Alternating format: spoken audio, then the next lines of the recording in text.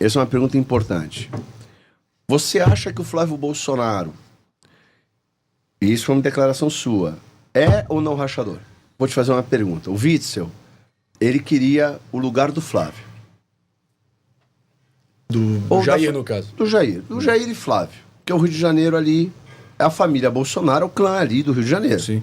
Depois eu te conto as histórias todas de 2018 no tocante ao Witzel. Boa. E aí a gente sabe o que deu no que deu. Né? É óbvio. O cara teve o poder, aquela coisa. Você citou aqui, tá tudo certo.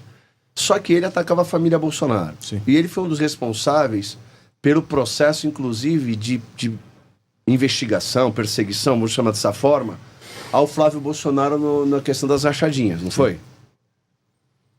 Bom, se ele foi alguém que se posicionou firmemente contra para denunciar, de alguma maneira, eu acho que sim, está posto. Tá.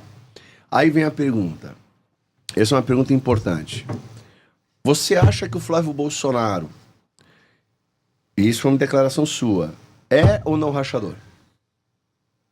O que eu posso dizer é que peculato é crime. Sim. Se você olhar friamente o Código Penal, artigo 312, 2 a 12 anos de reclusão mais multa, e ninguém está acima da lei. Uhum. Agora, a presunção de inocência tem que valer para todo mundo. Sim. Assim como o artigo 5º, inciso 57, garante só a punição após o trânsito em julgado, direito à ampla defesa e o contraditório. Mas tu já achou que ele foi? Todos os indícios que se acumularam naquele momento poderiam dar conta disso. Uhum. E naquele momento ficou, eu não revogo uma vírgula da minha consciência.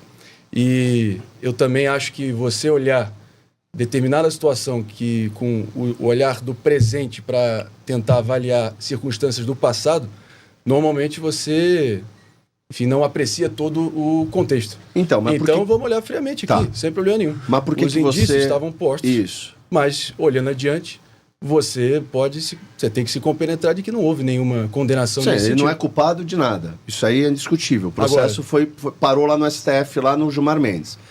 A minha pergunta para ti é o seguinte: por que eu tô te perguntando, irmão? Aqui eu jogo limpo com todo mundo que vem.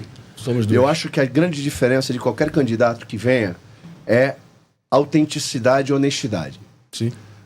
Aqui nesse programa o cara pode sair pequeno ou grande. Eu sempre falo por quê? Porque depende da coerência. O que eu cobro aqui nesse programa é coerência de todo mundo que vem. Eu fico puto quando eu começo a conversar, beleza, a coisa rola, aí começa a ver. Aí o cara começa a defender o indefensável. Aí acaba o programa, desliga as câmeras, o cara vem aqui, me abraça e fala: eu concordo em tudo com você. Só que eu não posso falar. Eu fico puto com isso. Porque, porra, puta desonestidade com o público, só que eu não posso falar porque seria antiético da minha parte. O cara falou, cada um segura o seu BO. Por que eu tô te perguntando? Porque eu vejo... Bom, eu tenho um olhar sobre a vida talvez um pouco diferente para as minhas experiências do que eu já vivi. Tem coisas que para mim não entram, não desce. Não desce. Não desce, não tem jeito, é muito complicado. E aí, por exemplo, eu critiquei muito o Moro. O Moro.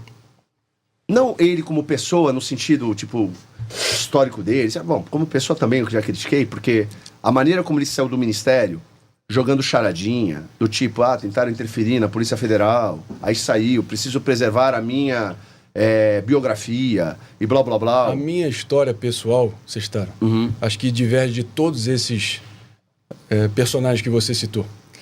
Eu, inclusive, fiz questão a título de máxima transparência, porque eu estava até alguns meses atrás do teu lado aí. E fiquei conhecido como uma das minhas marcas, a cobrança da coerência alheia.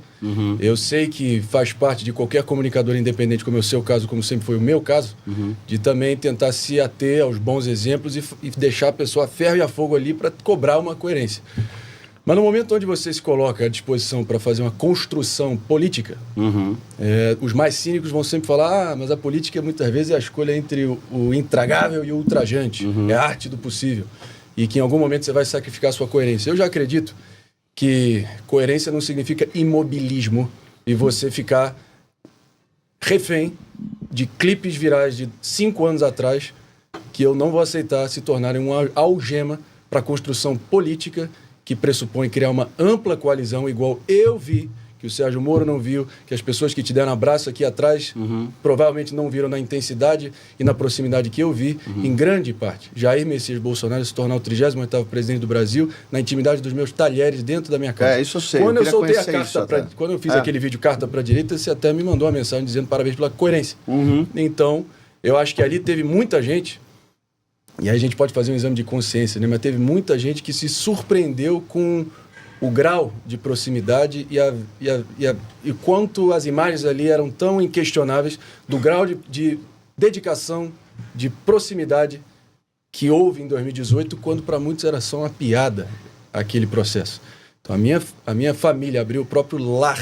Eu queria conhecer essa história, porra. Eu queria conhecer essa história. Eu acho que então eu queria estabelecer uma premissa com todo respeito aqui, e entendo que você está mais do que seu direito de cobrar essa coerência, e eu entendo os críticos, os cínicos, os céticos aí que talvez possam ter ficado assustados, né, com a reconciliação que eu já queria estabelecer aqui de cara. A reconciliação que houve com o Flávio e os Bolsonaro veio sem qualquer humilhação, veio sem qualquer um dos dois lados se ajoelharem.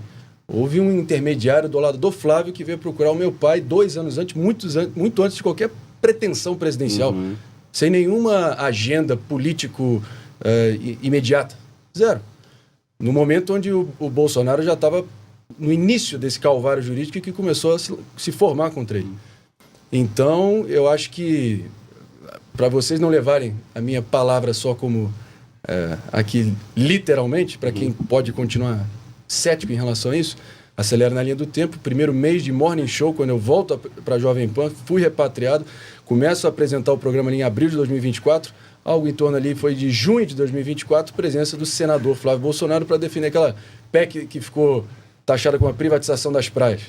E o próprio, eu confesso a você, foi a primeira vez ali em público, para o grande público, que houve aquela interação. E no final ele teve a gentileza, né, de elogiar a minha condução do programa e dizendo que a audiência está aumentando com você. Eu não fico também envaidecido com elogio, nem muito menos esmorecido com crítica. Esses 8 anos na arena dando opinião, botando a cara, me ensinaram a também criar anticorpos em relação a isso. Geralmente os bajuladores, isso é algo que geralmente os políticos não têm, esse sentimento, né? Mas eu estou bem vacinado em relação a isso. Os bajuladores são aqueles que estão se ajoelhando, se prostrando diante de você, Sestaro, mas normalmente estão querendo pegar ali a pontinha do tapete na primeira oportunidade para puxar por debaixo dos seus pés. E então eu queria estabelecer essa premissa aqui. Gostou do corte? Para mais vídeos como esse, se inscreva no canal Atacadão Cortes. Deixe o seu like e escreva sua opinião nos comentários.